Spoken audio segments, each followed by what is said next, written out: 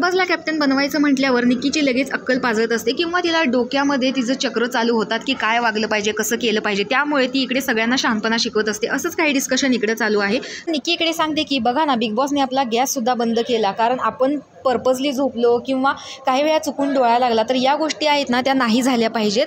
Captain असताना झोपणं एक वेळ ते ठीक आहे, कारण काही झालं तरी त्याच्यावरती लोड येतो. पण कॅप्टन नसताना झोपणं म्हणजे पूर्ण सदस्यांवरती लोड येतो आणि हे नाही झालं पाहिजे, कारण पूर्ण घराला त्याची शिक्षा होऊ शकते. पण कॅप्टन असताना झोपल्यावरती काय होतं, ते आपण पर्पजली करतो आणि सूरजवरती लोड कसा आलेला होता ना, तसा कॅप्टनवरती लोड येतो. त्यामुळे त्याचं एवढा इश्यू नाही आहे, घराला शिक्षा नाही होत, कारण कॅप्टन बनणं हे सोपं नाही आहे. त्याच्यावरती सगळी जबाबदारी येते की जेवण बनवताना सामान किती उरतं की नाही, आणि किती सामान गेलेलं आहे, कसं वापरायला पाहिजे, काय भाजी केलेली आहे, जेवण कसं बनवलेलं आहे, किंवा घरातल्या ड्युटी सगळ्या झालेल्या आहेत काय, हे सगळं कॅप्टनचं काम असतं. त्याच्यामुळे त्याच्यावरती लोड येतो.